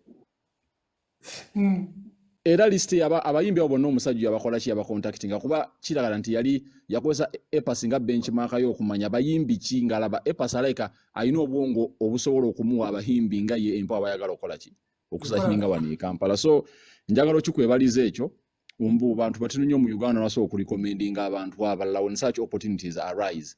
Ono tulinawo abantu nga n'opportunity alaba tesobola kumuyamba naye ye n'agyenyigamu okitegeera. So nze kyenjagala okwebaliza ekyo era kyekinyambusiza wano because abantu abasinga balina okuyigira ku ebyo ebintu nti tekitegeeza nti Apass bw'atawangula gwe n'owangula ffenna tuba tetuwangudde. We can all win ne mu ngeri ey'enjawulo okitegeera because ffenna tutambula engendo za njawulo. Kyoyogera like olaba omuntu oli bw'abanga awininze mwina muba muwininze. And usually abantu balowooza if I win they lose. Oba kitegera like man oli bw'awangula nze kati mba nsembye nedda oba tosembye. I feel like man olaba music ono nja kuwa example like even with Elijah Chitaka when we met I embraced him as a brother. Nemugamba tukole like I feel like you're talented. We sat down, we created music nakuba beatsi netukola fena. Those songs are not even out yet. Tuzitanga actually tuina no committing atandika okukola ku nyimba endala. If you look at let's say even Maurice Kiwia, some of the songs he did on his album yaliko nzani, he recorded them at my studio. Because for me it's never, and my studio is not for money. Studio yange bwenjagala omuyimbi ajja mbanja kuleko gyokole naye studio yange si yagamba mbulwakuba oli oyina obutalambo gyokole nabyuma byenina byabbe oba side software ababimanyi niyazigeneric nkozesa U87 Newman ebintu byonna byenkozesa si bya layisi. But atenze I'm willing to give those things to someone bwemba mmanyi nti ono omuntu asobola okikola obulungi. Why not give them an opportunity? Kati wano waliwo opportunity yajja nkyagirowoozaako bawayo amannya ne basigazaako abayimbi babiri. Omulala sijja mwogera naye baagaana omuyimbi oyo ate nga naye wattabu ne kakati kwali ne bagamba no we don't want him, we want Apass. Babemerako neŋŋaana opportunity nemba wano erinnya ly'omuntu omulala bagezeeko. Apass mumuleka agaanye naye Apass yennyini abagayi mugezeeko side soft. Paka kati bannemeddeko siina kyakukola ngenda mmala gakkiriza. It's like some kind of thing. Neriko emitwalo 3 ejaddo sizikwatanga nako naye you imagine I gave someone else's name. I swear to God to kill both my parents. Nze sikwatako emitwalo 3 ejaddo, but that's the cash price. Togikwatangako ejyawamu naye gye bagaba naye nateekayo omuntu omulala. naye bakuddiza feedback nti tumuganye olw'okuba kino oba kino. Bagamba no, we just like your sound. like your sound more than all these people. I tried genuinely because I felt like it would be a good opportunity for a younger artist than me. Because it involves a bit of like competition and stuff like that. I can't break it down to you right now. But I may just go and do it. For me, I don't like to compete. And it's actually a genuine thing because njakubera close to that final. Nga final too, because of what I can do. They are taking people from different places of Africa. They are taking top artists. Ngaba Chike, Ogireri nga bamaze okukungunta. Ne Chike kwali. Just to give you a hint. Already picked. They trust me, like for me, I was like, I don't even need that. Ne ate bo bali batunulamu bagamba nedda blood ono guy ino kubeera nga ali wano. Ne yenzo obwongo bwange. And that's the thing. Olaba abantu abamu bali carried by money. Nze ndi carried by the passion of music. If I get money, I'm happy. Gwe siri mwavu. And I'm thankful Katonda mpa katono kampadde. Nsobola otuula wansi ne mbeera happy nako. Oba kitegeera ne bwe sifuna bingi. The little I have, I can find a way to manage. And I'm very thankful. I don't need too much. I think ekyo kintu ndowooza nakiyigira ku Bob Marley. Bob Marley just lived life. He didn't really care about all these things. He just cared about the art. The man just wanted to sing. The man just wanted to do music to the best of his ability. Bino byonna mbuweera gamba oli muzibu. Okitegeera otya n'okutambula ku luguudo. Today mbadde ne mikwano gyange, they came home to Lidefena, like more than 15 people were here for lunch, cooked, everyone came. Bavuddewo sawa ndowooza nga ttaano. Kyovola manzize kuno. Naakakwata essimu bwe ndabidde ggwe. Naye bwe mbadde waka mbadde ne mikwano gyange. So some of my friends, they were here. Friends ba sister wange, ba Prim. Prim is my sister, one of my sister's best friend. Asimwe. Yes, Prim Asimwe, like best. Bomba fanaganya ne Maureen erinya. Sister wange Maureen Asimwe oli Prim Asimwe. Ate bavudde wala so mumanyi for a very long time. Even Alex Bawe, omwana biki. So some of my friends bajja. Neno okuddayo ewaka tutambudde ffenna. Ne mutambuze ne mutuuse ewakawe. Nenkomawo wano ewaka comfortably. Negwa omuyimbi abeera ku boda nga yeebisse hoodie. Katalina byali. Nga yeesibye n'ebibi. Yeesibye nga balabako. Talina na waabeera. Abeera maybe na wa maama we. Like play your true position ng'owakinga hard osobola otuuka gy'oyagala okgenda. Ne man tonatuuka na gy'oyagala okgenda. Naye ate weeyisanga yatuuka edda. Okyanoonya balina kulaba ate weekweka abantu. Nze kati waliwo n'omuwala twali naye ku interview, I think yali ku NBS. Nanga man Apass nakulaba ng'otambula ku luguudo. Ng'ate nze mbadde neekweka naye ne ŋŋamba oyo nasobola kubeera ng'atambula ku luguudo ng'ali free. Naye ng'ate nze senkana naye ng'ate ndi mu kwekweka. Oba okitegeera?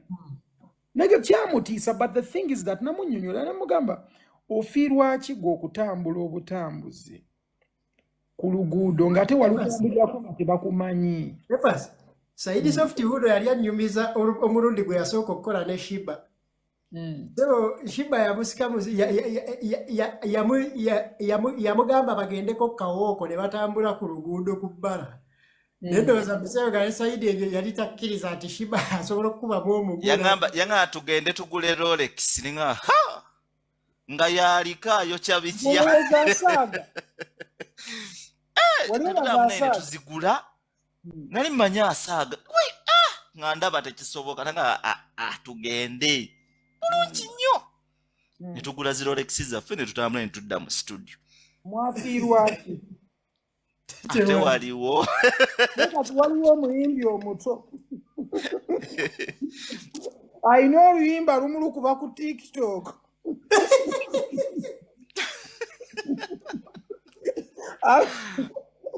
Omuntu ajja kusafoketingira mu jampa. Omuyimbi ajja kusafoketingira mu jampa. Nakola bwati n'awotoka omutwe bwati. Nga tayagala ddala. Mujja baziika. Oyinza oziira n'ofiiraawo. Ate abo abantu tebabitunuulira ebyo ebintu oyinza oziira n'ofiira mu bintu by'okusaaga. Ng'ate ku bici kubaako empewo. Nga bw'okola bw'oti n'obeera free, empewo ekuyingira bulungi nnyo ng'ate eri fresh. Otudde mu nakyo esi ate n'ofiiramu ekiziiro. Okitegeera lwakuba weekanika. nze kankubulire nze ndaba abantu gwe side ekyo nakikola nga n'owa boda amutwala tamumanyi. Okitegeera kati luli nalaba owa boda nali ku boda nali ku boda nga ngenda mu kibuga okulaba mukwano gwange. Ngenda mu kibuga okulaba mukwano gwange nga ndoza ku bank account nayinako oba sente mmeka oba miliyoni 5 oba 7 I don't remember. Iku boda okuntambula nkikugambye ekyo ekintu because nina kyenjagala okukulaga. Nali ku boda okwo ne tupakinga olaba ekikuba ekikkirira kiconnectinge wansi ng'ewali Shoprite eri nga tonnatuuka ku flyover gye bakola ng'oli eno wakava ku eno banka eyo enkadde nnyo eyo ng'ovudde ku Uganda House ojja ku bitaala eno ng'agenda e Kampala